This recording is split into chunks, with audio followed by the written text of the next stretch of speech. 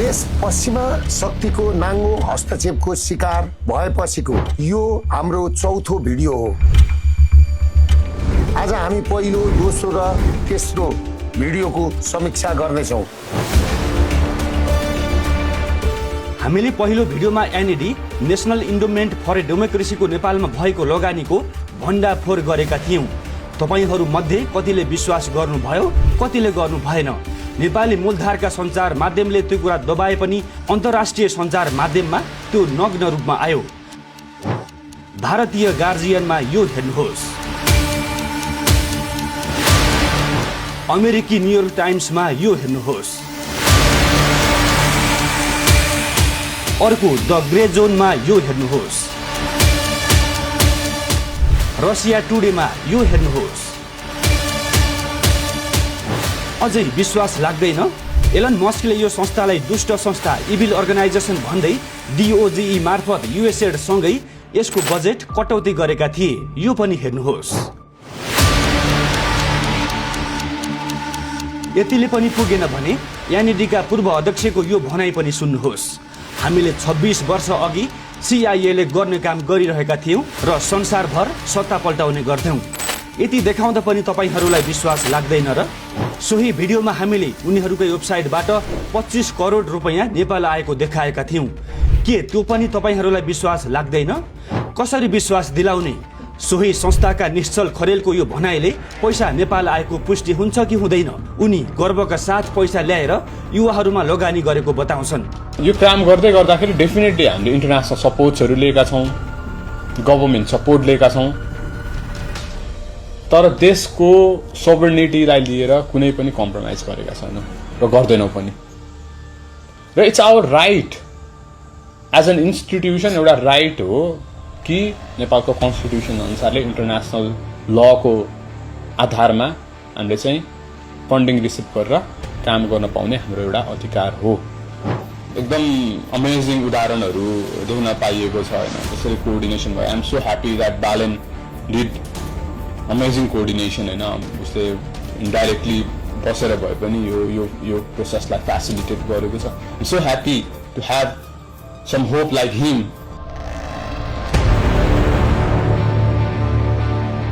यो भिडियोको समीक्षा सहित हाम्रो प्रश्न आम नेपाली दाजुभाइ तथा दिदीबहिनीहरूलाई छ। दोस्रो भिडियोमा हामीले यिनै बालेन निश्चलबाट परिचालित हुन् भन्यौं। सुमना श्रेष्ठ अमेरिकी डिफेन्स र बीसीजी ग्रुपसँग जोडिएकी छिन् भन्यौं। तपाईहरूले विश्वास त गर्नु भएन, तर यसको साधारण खण्डन समेत कसैले गर्न सकेनन्। हामीले डिजिटल बीआरआई हुवाईको ठेक्का तोडिन्छ भनेका थियौं, त्यो पनि भयो। हामीले जबरजस्ती महाधिवेशन गर्छन् भनेका थियौं, गगन थापा मार्फत त्यो पनि भयो। सार्क बिउताउने कोसिस हुन्छ भन्यौं, त्यो पनि देखिँदै आएको छ। सबै मन्त्रीहरू परिचालित हुन् र रासोपा एवं बालेनको शक्ति केन्द्र एउटै हो भन्यौं, त्यो पनि प्रष्ट भयो। नेपाली भूमि तिब्बतीहरूको क्याम्प बन्छ भन्यौं, अहिलेको गतिविधिमा चीनले ठाडो चेतावनी दिन थालेको छ। भारत आफैमा सशङ्कित छ, यसले देशलाई कता लैजान्छ? हामीलाई युक्रेनको सम्झना आउँछ। त्यहाँ पनि यसरी नै सामाजिक सञ्जालको अल्गोरिदमले जेलेन्स्कीलाई जन्मायो र अन्ततः देश नै समाप्त पार्यो। बालेन र रवि यिनै पात्र हुन्। विकल्पमा देखिएका गगन त अमेरिकी पोइन्ट अफ कन्ट्याक्ट र एमसीसीका लागि 4 पाटा मुडेर थानकोट कटाउँछु भन्ने पात्र हुन्।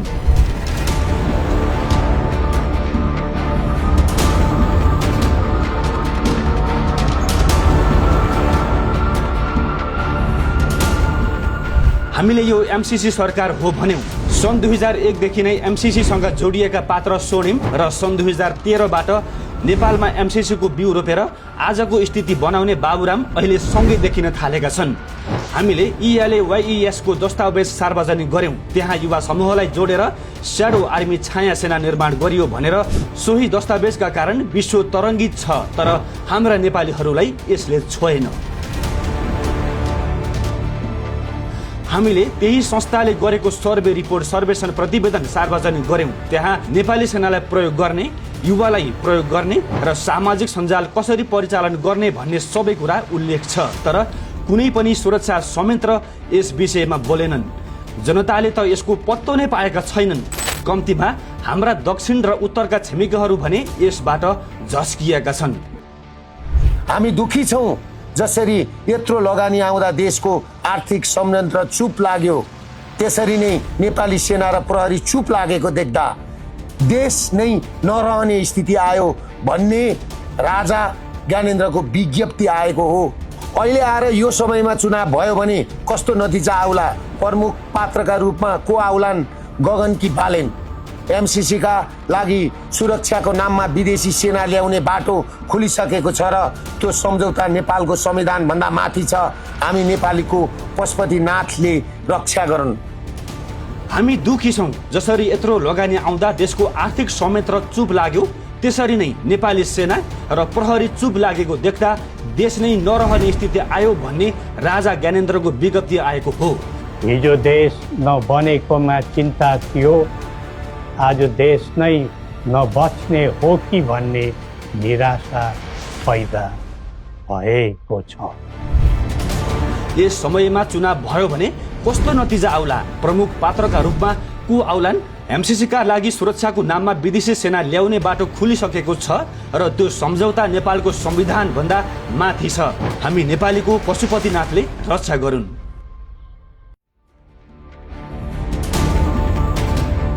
तेस्रो भिडियोमा हामीले भदौ 23 र 24 गतेको घटना कहाँ र कुन घरबाट सञ्चालित भयो अनि कलिला केटाकेटीको रगतमा होली खेलेर कसरी यो सत्ता कब्जा कुप गरियो भन्ने देखाएका थियौं। त्यो कुरा स्वयं अहिलेका गृहमन्त्रीले स्वीकार गरिसकेका छन्। त्यो फुटेज हामीले गोविन्द केसी ग्याङका अभिषेकबाट लिएका थियौं। तर पनि हाम्रा नेपाली जनता यति महान छन् कि हामीले भनेको र देखाएको यति गम्भीर कुरालाई पनि उहाँहरूले सामान्य रूपमा लिइदिनु भयो। आज म अहिलेसम्म नभनेका केही व्यक्तिहरूका कुरा गर्दैछु। पश्चिमा शक्तिहरूसँग मेरो यो विद्रोह अहिलेदेखिको होइन। 2072 मा संविधान जारी भएदेखि विगतमा बाबुरामको नयाँ शक्ति, उज्जवल थापाको विवेकशील, नेपालमा गोविन्द केसीलाई खडा गरेर नयाँ प्रयोग सुरु भयो। राज संस्था सकाएर देशको संस्कृति समाजमाथि हमला गरेपछि त्यो शिक्षा र स्वास्थ्यमाथिको प्रहार थियो भन्ने मेरो बुझाइ थियो। अहिलेको जेनजीको अवस्था सिर्जना गर्न त्यो योजनाबद्ध हमला थियो र मेरो बल बुताले सकेसम्म त्यो लडाई मैले लडेँ, जुन अहिले पनि लडिरहेछु, अझै पनि जारी हुनेछ। आज म अहिलेसम्म नभनेका केही व्यक्तिगत कुरा गर्दैछु। पश्चिमा शक्तिसँगको मेरो यो विद्रोह अहिलेदेखिको होइन। 2072 मा संविधान जारी भएपछि विगतमा बाबुरामको नयाँ शक्ति र उज्जवल थापाको विवेकशील नेपालको रूपमा नेपालमा गोविन्द केसीलाई खडा गरेर नयाँ प्रयोग सुरु भयो। राज संस्था सकाएर देशको संस्कृति र समाजमाथि हमला गरेपछि त्यो शिक्षा र स्वास्थ्यमाथिको प्रहार थियो भन्ने मेरो बुझाइ थियो। अहिलेको जेनजीको अवस्था सिर्जना गर्न त्यो योजनाबद्ध हमला थियो र मेरो बलबुताले सकेसम्म त्यो लडाई मैले लडेँ, जुन अहिले पनि जारी छ। त्यतिले नपुगेर अहिले भू राजनीति झापा केन्द्रित छ। भारतलाई अप्ठ्यारो पार्न केपी शर्मा ओलीको इन्डस्ट्रियल आवरणमा चीन होस् अथवा अहिले बालिनको आवरणमा पश्चिमा झापा चिकेन नेक संवेदनशील क्षेत्र हो। खैर, हामी रहन्जेल देशका लागि त्यो क्षेत्र हामी सुरक्षित राख्नेछौँ। नेपाल भू राजनीतिमा फस्ने भयो, त्यसैले तत्कालीन एमाले र माओवादीलाई एक ठाउँमा ल्याउन मैले गरेको प्रयासलाई तपाईहरुले मार्सी चामलसँग साट्नु भएर उडाउनु भयो। तर नेपालीको नियति होस् या दुर्भाग्य, त्यही एकतालाई पश्चिमा शक्तिले दुरुपयोग गर्न खोज्यो। निश्चल खरेलको यो स्ट्याटसले त्यो कुरा प्रमाणित गर्दछ। नेपाल भू राजनीतिमा फस्ने भयो, त्यसैले तत्कालीन एमाले र माओवादीलाई एक ठाउँमा ल्याउन मैले गरेको प्रयासलाई तपाईहरूले मार्सी चामलसँग साट्नु भयो। तर नेपालीको नियति होस् या दुर्भाग्य, त्यही एकतालाई पश्चिमा शक्तिले दुरुपयोग गर्न खोज्यो। निश्चल खरेलको यो स्ट्याटसले त्यो कुरा प्रमाणित गर्दछ। त्यो एकता आफ्नो अनुकूल प्रयोग नभएपछि तोडियो। जनयुद्धमा आस्था राख्ने, म जस्ता वामपन्थी विचार राख्ने र परिवर्तनको आशा बोकेर बसेका सर्वहारा जनतालाई ठुलो धोका भयो। त्यति बेला मेरो माओवादीसँग विद्रोह थियो, तर यता आएपछि पनि मारवाडी र बिचौलियाको प्रभाव देखेर म आजित भएँ। देश भू राजनीतिको शिकार हुँदै थियो, तर त्यसलाई नियन्त्रण गर्न सक्ने नेतृत्व मैले देखिनँ। एमालेमा हुँदा सल्लाहमा नै राजाको कार्यक्रम आयोजना भयो, तर त्यहाँ केपी ओलीले फेरि अर्को धोका दिए। मलाई यिनीहरूबाट केही लिनु छैन, तर म तपाईहरूसँग भोट माग्न पनि आउने छैन, तर यदि यो सरकारले चुनाव गराउँछ भने सम्झनुहोस् नेपाल भू राजनीतिमा फस्यो र त्यो नियन्त्रण बाहिर जानेछ। म मार्सी वा बहुला हुन तयार छु, तर देश जोगाउन र झापालाई सुरक्षित राख्न म जुनसुकै शक्तिसँग लड्न तयार छु। यसो गर्दा म माथि भारतको लागि काम गरेको भन्ने आरोप पनि आउँछ। तर मेरो एउटा प्रश्न छ, 3 दशकदेखि नेपाली मुद्रा भारतीय रुपैयाँसँग पेग छ। स्थिति विनिमय दर हाम्रो 160 रुपैयाँ बराबर भारतको 100 रुपैयाँ हुन्छ। हाम्रो 90% आयात चामलदेखि औषधिसम्म त्यहीँबाट आउँछ। संसार अहिले पश्चिमाको डलर कि भारत, चीन र रसियाको ब्रिक्स मुद्रामा व्यापार गर्ने भन्ने द्वन्द्वमा छ। हामीले डलर रोज्दा भोलि ब्रिक्सबाट सामान आयात गर्न सम्भव हुन्छ के? हामी पश्चिमबाट चामल किनेर खाने हो कि सबै उतै जाने हो? यदि भारतीय रुपैयाँसँग नेपाली पैसाको पेगिङ हटेर नाकाबन्दीको अवस्था आयो भने हाम्रो हाल के होला? यो ठुलो सङ्कट अबको 1-2 वर्षमा हामीले भोग्नु पर्नेछ। छिमेकी गतिलो भएनन् भनेर छिमेकी फेर्न त मिलेन। हामीले खोजेको हाम्रा छिमेकीले कम्तीमा नेपाललाई बफर स्टेटको रूपमा मात्र लिनु हुँदैन। सन् 1814 को कुनै बेला नेपालको मोहर पैसाले भारत र चीनमा व्यापार हुन्थ्यो। हामी नेपाललाई 2 ठुला अर्थतन्त्रको पुल ब्रिजको रूपमा विकास गर्न चाहन्छौँ। नेपाल भोलि ट्रेड ट्रान्सलेट इकोनोमी बन्नुपर्छ। त्यसैले म भारतको पनि होइन, चीनको पनि होइन, म त नेपालीको हुँ, नेपाली जनताको हुँ। हामी नेपाललाई 2 ठुला अर्थतन्त्रको पुल ब्रिजको रूपमा विकास गर्न चाहन्छौँ। नेपाल भोलि ट्रान्स इकोनोमी बन्नुपर्छ। त्यसैले म भारतको पनि होइन, चीनको पनि होइन, म त नेपाली हुँ, नेपाली जनताको हुँ। हामीले भनेका कति कुरा सत्य हुन् वा होइनन्, तपाईहरू आफै निर्णय गर्नुहोस्। अब फर्कौं, अब के हुन्छ? यो हप्ताका 2 घटना सामान्य छैनन्। पहिलो, तिब्बती गुरुको नेपालमा पहिलो पटक खुलेआम स्वागत र लर्डको भ्रमण। चीनको विशेष कूटनीतिक टोलीले धम्कीपूर्ण भाषा प्रयोग गर्नु कुनै सामान्य कुरो होइन। यस अघि पनि चीनले धुलो पिठो पार्ने धम्की दिइसकेको छ। 2013 र 2014 देखिको चाइनामा फ्री तिब्बतको कसरी दलाई लामाको अनुयायी रिपुन्चे जन्माउनेदेखि नेपालमा बच्चाहरू प्रयोग गरेर जेनजी नामकरण गरी सिंहदरबार र न्यायालयमा आगो लगाई ध्वस्त बनाउने र सत्ता पल्टाउने एनइडीको योजना थियो। यो भिडियोमा हेर्नुहोस्, तपाईहरू कसैको पहुँच थियो यो खोज्ने, सुन्नुहोस् अनि बुझ्नुहोस्। भिडियो ध्यान दिएर हेर्नुहोस्।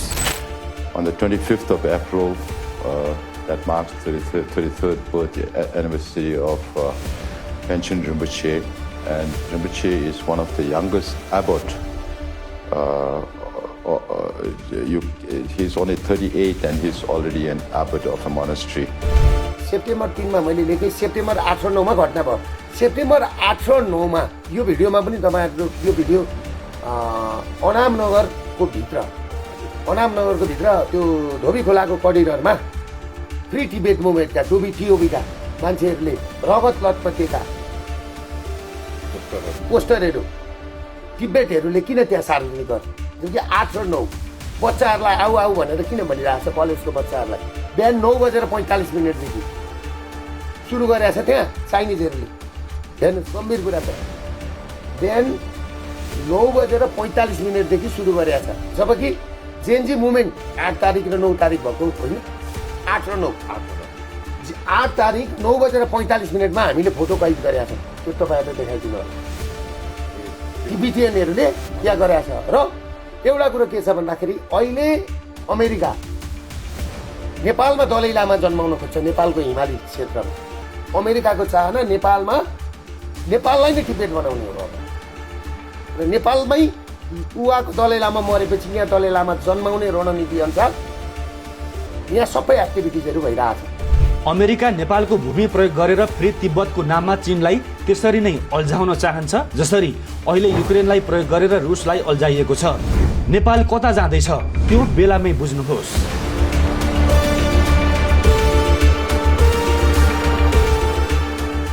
अर्को घटना, पोखरामा निजी जेट प्राइभेट जेटमा आउने ती लर्ड को हुन्? उनी आइडियो इन्टरनेसनल डेमोक्रेट युनियनसँग सम्बन्धित व्यक्ति हुन् जुन IRI इन्टरनेसनल रिपब्लिकन इन्स्टिच्युटसँग मिलेर काम गर्छ। नेपालको राजेन्द्र लिङ्गदेन नेतृत्वको राप्रपा त्यही आइडिओको सदस्य छन्। कृपया सबै देशभक्त नेपालीहरूले यो कुरा राम्रोसँग बुझिदिनुहोला।